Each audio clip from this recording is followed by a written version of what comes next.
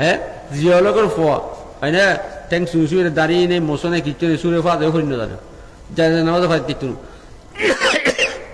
আকদেও ফাইতে দিত হয় না হয় না ঈদুল নামাজও ফাইতে দিত তারপর বিশ্বলির ফোয়াশে ট্যাং টানি রই হ্যাঁ ট্যাং বান্ডল দেয় ট্যাং শুয়ে যাবে সৈদ্য গড়ি গড়িয়ে দেয় কথা নজুর ফাল্লা কয় যদি তো ওনারা তো সুন্দর অবশ্যই সুন্দর অবশ্যই সুন্দর কিন্তু 15-16 বছর যে মেয়ে বা ট্যাঙ্গ তো মাথা হয়ে সিভিলি বুড়ো বই তো মর জোয়ানো যাবি নইব ও বুঝুন না কথা আর ডেলি যদি 10 গ্লাস আঙ্কুরের রস আনারের রস মুসম্বির রস খায় জোয়ানি বুড়ো জোয়ান নইব এই মুসলমান কলমায় দিয়ে মন দিয়ে এহসান ওরা ফুজে টিকতেন না ওনার কলবর রক দিয়ে যদি জোদা সেরি তার সহ কাজে হইত না প্রত্যেক ঘরে ঘরে জিয়ালকের মাজার হইত ওলমায় হাক্কানি ওলমায় রব্বানি দিয়ে বুঝে ওলমাল যদি ওনারা এই এই এই বিক্রি করি মাগি যাচ্ছি মাদ্রাসানো করত কথা বুঝুন না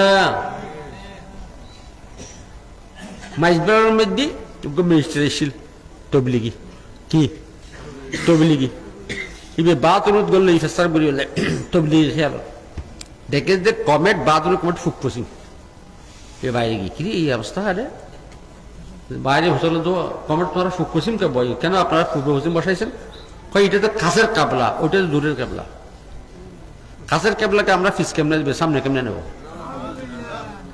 এক ফলেকে ফারকারাইব শফি মৌলানা কেউ বলে খানা কাবা কেউ বলে হুব খুদা ইমেন তাই না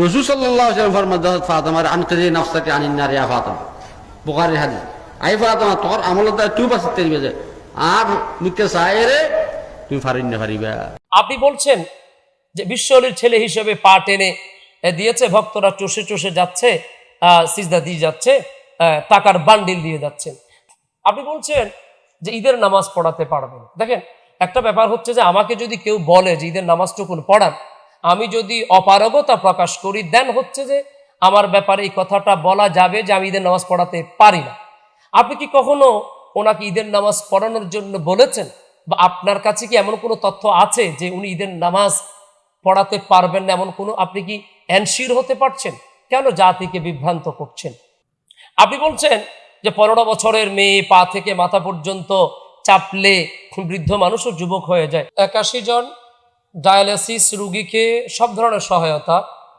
যার খরচ 37,60,000 চট্টগ্রাম মেডিকেল কলেজ হাসপাতালকে 3টি অত্যাধুনিক ডায়ালিসিস মেশিন এবং 1000 রোগীর ডায়ালিসিস সরঞ্জাম সহ মোট খরচ 55 লক্ষ টাকার মতো 20 জানুয়ারি 2026 চট্টগ্রাম মেডিকেল কলেজ হসপিটালে করোনারি কেয়ার ইউনিট সিসিইউ আধুনিকায়ন ও সংস্কার কার্যক্রমে 23 বেডের এই বিশাল কর্মযজ্ঞে প্রায় 2.25 কোটি টাকা খরচ চট্টগ্রাম থ্যালাসেমিয়া সেবা কেন্দ্রে 14 লক্ষ টাকা অনুদান পুরো বাংলাদেশে মাদ্রাসা স্কুল 31টি যেখানে 4000-এর বেশি ছাত্রছাত্রী জ্ঞান অর্জন করছেন 5টি এতিমখানা যেখানে 200 এতিমকে পুনর্বাসন করা হয়েছে 2018 সাল থেকে প্রতিষ্ঠান সহায়তায় বিশেষ করে করোনার সময় যেই সকল প্রতিষ্ঠানগুলো আর্থিক অভাবে পিছিয়ে পড়েছে বন্ধ হয়ে যাওয়ার উপক্রম সে সকল প্রতিষ্ঠান 135টি প্রতিষ্ঠানকে 93 লক্ষ টাকা প্রদান করা হয় 2018 সাল থেকে 135টি প্রতিষ্ঠানকে 93 লক্ষ টাকা অনুদান প্রদান করা শিক্ষাবৃত্তি 2643 জনকে 1,15,24,000 টাকা প্রদান করা হয় যাকাত তহবিল থেকে এ পর্যন্ত 10,04,00,000 টাকা প্রদান করা হয় নারী উন্নয়নে সেলাই মেশিন প্রশিক্ষণ 97টি সেলাই মেশিন প্রশিক্ষণে 3,820 জনকে কর্মদক্ষ নারী হিসেবে প্রস্তুত করা হয় বিনামূল্যে দাতব্য চিকিৎসালয় 15টি পুরো দেশে যেখান থেকে 1,05,709 জন মানুষ বিনামূল্যে চিকিৎসা সেবা ঔষধ সহ পেয়েছে চক্ষু সেবা 2,926 জনকে প্রদান করা হয়েছে চোখের ছানি অপারেশন 198 জনকে চোখের ছানি অপারেশন করা হয়েছে। খতনা 11,100 জনকে সুন্নতে খতনা প্রদান করা হয়েছে। বিশ্বলি শাহজাহান সৈয়দ জিয়াউল হক মেজভান্ডারী কুদ্দুস সিরহুল আজিজের 95তম খুশরুস শরীফ উদযাপন উপলক্ষে চট্টগ্রাম জেলার 14টি উপজেলায় 736টি এতিমখানা এবং আশ্রমে 41,000 এতিম এবং আশ্রমে আশ্রিত মানুষকে একবেলা খাবার প্রদান করা হয়। 96তম খুশরুস শরীফে চট্টগ্রামের 14টি উপজেলায় 57,000 মানুষকে, দুস্থ মানুষকে একবেলা খাবার প্রদান করা হয়। চট্টগ্রাম কিডনি হসপিটাল 2023 সালে 1 কোটি টাকা অনুদান প্রদান করা হয়। চট্টগ্রামে বিশেষায়িত ক্যান্সার হাসপাতাল ও মা ও শিশু হাসপাতালে 1,20,00,000 টাকা প্রদান করা। প্রিয় দর্শক, এই যে বিশাল কর্মযজ্ঞের একটি ফিরিস্তি আপনাদের সামনে তুলে ধরছি, আপনি শুনলে, আপনি জানলে অবাক হবেন। এই বিশাল কর্মযজ্ঞ একজন মানুষের পবিত্র হাতেই পরিচালিত হচ্ছে, আর তিনি হচ্ছেন আমাদের আপনাদের প্রত্যেকেরই পরিচিত শ্রদ্ধাভাজন মেজভান্ডার দরবার শরীফ গাউসিয়া হক মসজিদের সম্মানিত সাজ্জাদানশীন রাহবার আলম মৌলানা শাহ সুফি সৈয়দ মোহাম্মদ হাসান মেজভান্ডারী মাদ্দাজিল্লুহুল আলী। প্রিয় দর্শক, এমন একটি মানুষের কথাই বলছিলাম যিনি এতগুলো কর্মযজ্ঞ ওনার SZHM ট্রাস্টের মাধ্যমে তিনি পরিচালিত করছেন। ওই মানুষ সম্পর্কে আমরা যদি মন্তব্য করি, আমরা যদি বলি যে মানুষটার মুখে দাড়ি নাই, মোচ নাই, একটি বিষয় একটা মানুষ সম্পর্কে আগে জানতে হবে, তারপরে মন্তব্য করতে হবে। কখনো না জেনে না শুনে তার সম্পর্কে মন্তব্য করা উচিত নয়। আপনি একটু দেখবেন যিনি মন্তব্য করেছেন শ্রদ্ধাভাজন আলেম, আপনি দেখবেন ওনার মধ্যে আপনি যেগুলো নিয়ে প্রশ্ন করেছেন সেই উত্তরগুলো আছে কিনা।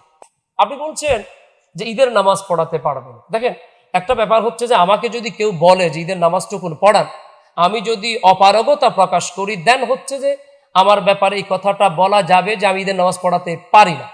আপনি কি কখনো ওনাকে ঈদের নামাজ পড়ানোর জন্য বলেছেন, বা আপনার কাছে কি এমন কোনো তথ্য আছে যে উনি ঈদের নামাজ পড়াতে পারবেন না, এমন কোনো আপনি কি এনশিওর হতে পারছেন? কেন জাতিকে বিভ্রান্ত করছেন? হ্যাঁ, ওনার মধ্যে একটা বিশেষ গুণ আমি দেখেছি, সেটি হচ্ছে ওনার সামনে যদি ক্লাস 5-6 পড়াও কোনো মাদ্রাসার সন্তান থাকে, উনি মুনাজাত না করে ওই মাদ্রাসার সন্তানটাকে মুনাজাত করতে দেন, দরবার ছাড়া অন্য কোনো কাজে।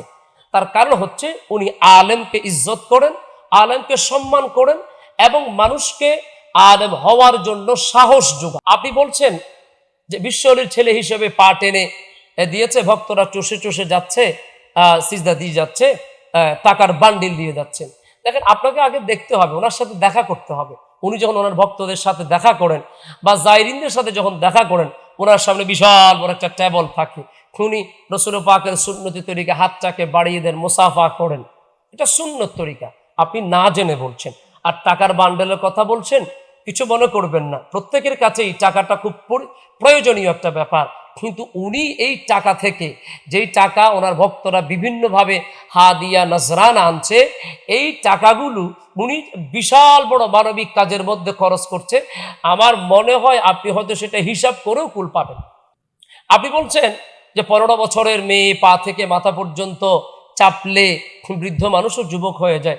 দেখুন আলেম সাহেব, আপনি মুরব্বী মানুষ, আমি আপনাকে সম্মান রেখেই বলছি, কোনো মানুষ সম্পর্কে এমন অনুমান করাটা একেবারে উচিত নয়। আপনাকে আগে জানতে হবে, তার সাথে মিশতে হবে। অনুমানের ব্যাপারে আমি যদি, আপনি অবশ্যই ভালো জানবেন, আমি যদি একটা হাদিস শরীফ বুখারী শরীফের 5143 নম্বর হাদিসের দিকে যদি আমি আপনাকে নিয়ে যাই, নবী করিম সাল্লাল্লাহু আলাইহি সাল্লাম বলছেন, ইয়াকুম ওয়াজ-যান্না ফাইন্না যান্না আকযাবুল হাদিস ওয়ালা তাজাসসু ওয়ালা তাহাসসু। রাসূল পাক সাল্লাল্লাহু আলাইহি ওয়াসাল্লাম যে বলছেন যে তোমরা জন থেকে, অনুমান করা থেকে নিজেদেরকে সেফ জোনে রাখো, অনুমান করো না। কারো সম্পর্কে কোনো মন্তব্য করতে হলে অ্যাটলিস্ট কিছু ইনফরমেশন তো লাগবে। কারো কথায় আপনি দায়িত্বশীল মানুষ হয়ে এভাবে কথা বলতে পারেন। আপনি আরেকটি কথা বললেন যে আঙ্গুরের রস, আনারের রস, মোসাম্বির রস খেলে মানুষের চেহারা তো এমনিতে সুন্দর হবে না। আপনার ধারণার মধ্যে যথেষ্ট অসঙ্গতি আছে বলে আমি মনে করি। ওনার যেই খাবারের কথা বলছেন, আমি বেশ কিছু সময়ে ভাগ্য গুণে ওনার খাবারের সাথে বসার সুযোগ হয়েছে আমার।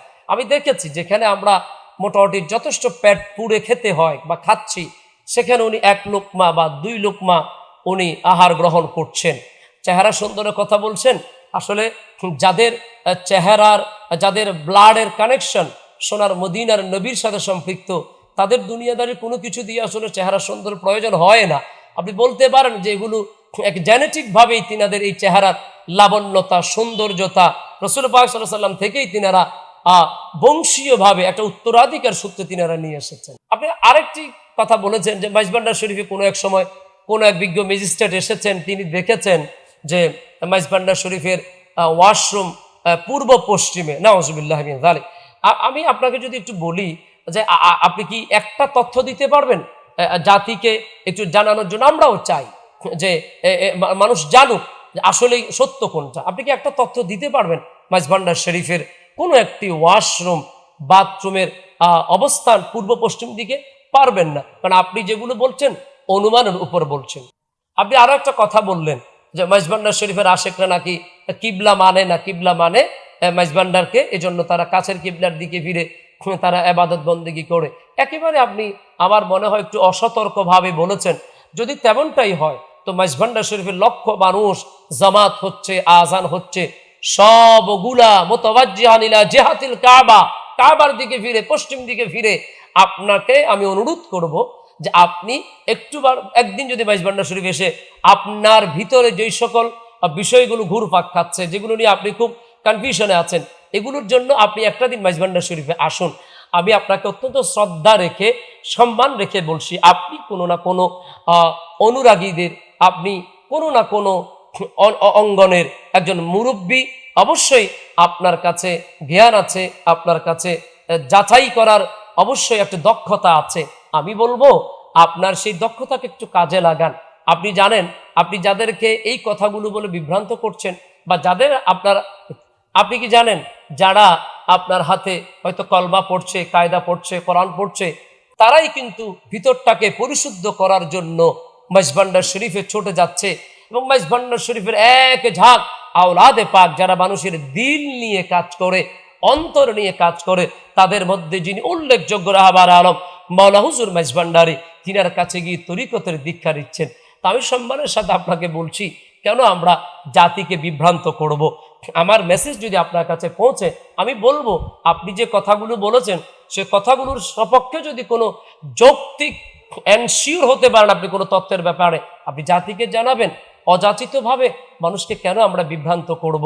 প্রত্যেকেই উদ্দেশ্য আল্লাহর কাছে পৌঁছানো। আমরা যাদেরকে বিভ্রান্ত করছি তারা সরল মনা মানুষ, তাদেরকে কেন আমরা বিভ্রান্ত করব? আপনি একজন দায়িত্বশীল মানুষ, আপনাকে কথা বলতে হবে দায়িত্বশীলতার সাথে। সুতরাং রাহবার আলম মাওলানা হুজুর কিবলা আলম মাইজভান্ডারী সম্পর্কে যেই মন্তব্যগুলো আপনি করেছেন, এগুলো আসলে একান্ত আপনার অসতর্কতা বলে আমি মনে করছি। আমাদের আরেকটু পড়াশোনা করতে হবে আপনাকে এই বিষয়গুলো নিয়ে। রাহবার আলম মাওলানা হুজুর কিবলা আলম মাইজভান্ডারীকে নিয়ে আপনি আরো অবাক হবেন যে আমাদের এই SJDHM ট্রাস্টের যিনি কর্ণধার রাহবার আলম মাওলানা হুজুর মাইজভান্ডারী যে এতগুলো প্রতিষ্ঠানকে সহযোগিতা করেছেন, এতগুলো এতিমখানা খাবার দিয়েছেন, সেখানে আপনাদের কওমি ঘরানার অনেক প্রতিষ্ঠানকে সহযোগিতা করেছেন, অনেক প্রতিষ্ঠানকে খাবার দিয়েছেন। আমি সেটা আপনাকে দেখিয়ে দিচ্ছি না, আমি এটাই বলতে চাচ্ছি, রহমাতুল লিল আলামিনের আওলাদ, তাদের কাছে কোনো কিছুর হিসাব নাই। হিসাব হচ্ছে মানুষ, আল্লাহর বান্দা, মানুষকে ভালোবাসতে হবে।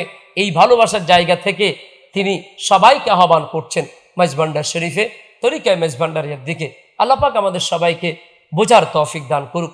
প্রিয় দর্শক, আমার এই ভিডিও বার্তা মূলত ওনাকে কোনো হেয় প্রতিপন্ন করার জন্য নয়, ওনার এই বক্তব্য দিয়ে যারা বিভ্রান্ত হয়েছেন তাদেরকে রাহবার আলম মাওলানা হুজুর মাইজভান্ডারী সম্পর্কে জানান দেওয়ার জন্য। আমি যা দিয়েছি তা কদাচিৎ, অল্প কিঞ্চিত মাত্র, বহু গুণে আমি আমার যে প্রতিষ্ঠানে বসে এই ভিডিও বার্তা দিচ্ছি, করোনাকালীন সময়ে এই প্রতিষ্ঠানের জন্য রাহবার আলম মাওলানা হুজুর মাইজভান্ডারী 2 লক্ষ টাকা প্রদান করেছেন। আমি প্রতিষ্ঠানটাকে ঘুরে দাঁড় করাতে পেরেছি। আপনি হয়তো বলবেন যে তাদের টাকা দিয়েছে সেজন্য আপনি বলছেন, মোটেও না। এই যে কিছুদিন আগে আমরা দেখেছি আমাদের চট্টগ্রাম হাটহাজারী থানাধীন ফতিরাবাদ একটি মাদ্রাসার জন্য মাওলা হুজুর মাইজ ভান্ডারী 10 লক্ষ টাকা মাদ্রাসার জায়গা কেনার জন্য দিয়েছেন। এগুলো কেন দিচ্ছেন আপনাকে বুঝতে হবে। এগুলো দিচ্ছেন জাতির খেদমতের জন্য, দ্বীন মাযহাবের খেদমতের জন্য। আমরা কেন এই এমন একজন মানব কাণ্ডারীকে আমাদের কাছ থেকে দূরে সরিয়ে দেব? আমরা ওনার কাছে যাব, ওনার থেকে আমরা শিখব, ওনার থেকে আমরা পরামর্শ নিব, সহযোগিতা নিব। ওনার এই ভালো কাজের পরামর্শ সহযোগিতায় ইনশাআল্লাহ আমাদের দেশ, আমাদের রাষ্ট্র, আমাদের জাতি, পৃথিবীটাকে পরিবর্তন করার জন্য অবশ্যই কার্যক্রম হবে, অবশ্যই কার্যকর হবে বলে আমি আশা করছি। কেউ বিভ্রান্ত হবেন না। শুধুমাত্র মাওলানা হুজুরের কর্মযজ্ঞগুলোর কিছুটা তুলে ধরার উদ্দেশ্য আমার, অন্য কিছু না। ভালো থাকবেন, সুস্থ থাকবেন। আসসালামু আলাইকুম ওয়া রাহমাতুল্লাহি ওয়া বারাকাতুহু।